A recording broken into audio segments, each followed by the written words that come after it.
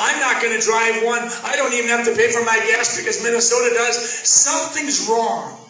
When Governor Walz comes out and says that $2,000 will pay for a couple months' rent, it tells you how out of touch he is. He's out of touch. But let's be a little sympathetic to Governor Walz. Seriously, if you had your rent paid free, you had a chef, you didn't have to pay. You didn't have to pay for the groceries. You don't have to pay for the utilities at the end of the month. You've got cars that are paid for. You don't have to pay for the auto tax. You don't have any property taxes because you don't own any properties.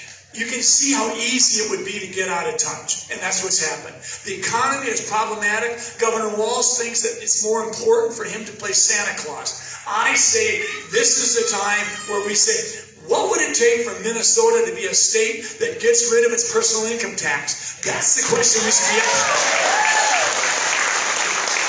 Just imagine, reimagine Minnesota if instead of companies looking at leaving us, they were thinking of coming to the economic hub of the Midwest. Instead of worrying about 3M and Best Buy and Arctic Cat and Polaris and JBS leaving, what if we could go to Smithfield when they left California and say, you should come look at us? Instead of Kristi Noem from South Dakota and the Montana folks saying, come here, leave Minnesota, we'll take care of you. What if we pushed back and said, there's no place better to do business than Minnesota? That's going to be the thing that sustains an economy without a personal income tax. That's what we're going to do. Next question. The ABCs of education. Folks, this is a big deal. Critical race theory, it's an abomination. But it's not the last time we're going to have to deal with this. We know fully that there will be another one. We knew that there was Common Core, No Child Left Behind, Profiles of Learning, and now we're hearing that you can't get licensed potentially unless you can show a certain facility with Marxist thinking or critical race theory. We have got to get back to basics, and the best way to do that is to blow it open and have more options for our parents to make decisions about the kids. The other day, did you see Scott Burns' tweet? So Scott Burns comes out and says, it's a fact that parents do not know or do a good job of managing how to have their kids do, eat, or learn appropriately. Star Tribune, Board of Directors, he maxes out to Tim Walz every time, and he comes out and basically says, parents aren't up to the task. They need the government to co-opt parenting rights. What should have happened? What should have happened? Tim Walz should have come out and rebuked him and said, you didn't say that right, pull the tweet off, apologize, and try to be more careful in the future. Tim Walz didn't say a word.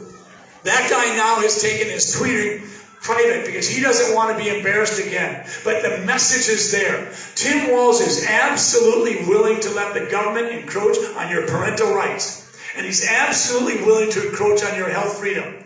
This is a huge issue. And then we've got to turn our attention to public safety.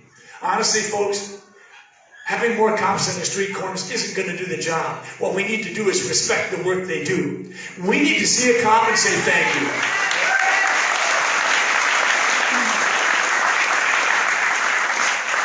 Carjacking, it's a crime of its own. There should be a minimum mandated sentence for it. Catch and release, that's for walleyes, it's not for hardened felons. We know that.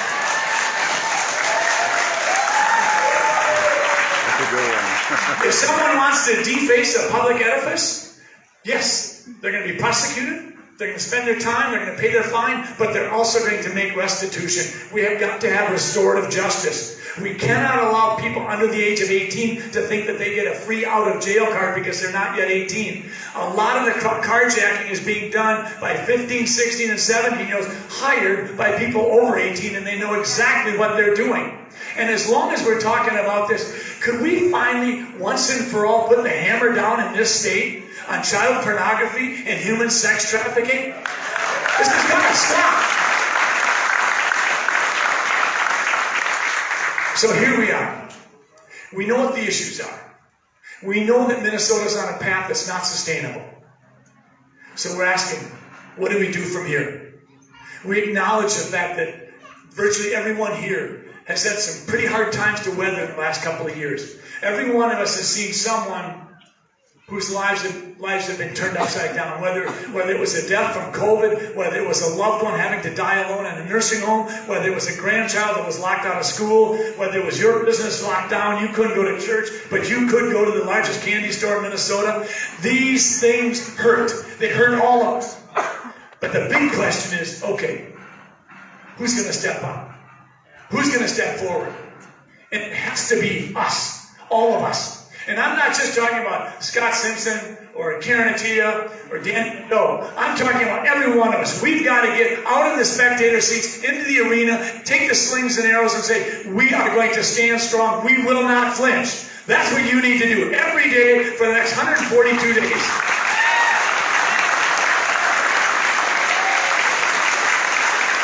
We've got good candidates.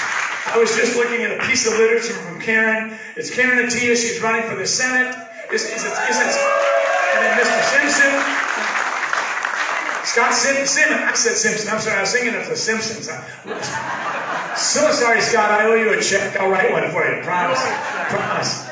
But Scott Simmons and Danny Nadeau, these folks are going to need some financial support. They really do. So if there's a way that you can write a check before you leave today, because their Democratic opponents will have far more money. But I know that the Republicans know how to get more from a dollar than the Democrat knows how to get from a 10 spot. So we're okay. Danny Nadeau has been a dear friend of mine, and he helped get me in front of you today. So a debt of gratitude to Danny Nadeau. Can we have a round of applause?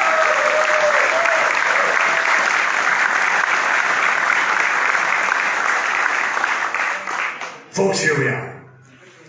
We are going to stand together side by side. We are going to stand together in the arena. You are the everyday heroes that are going to make a difference.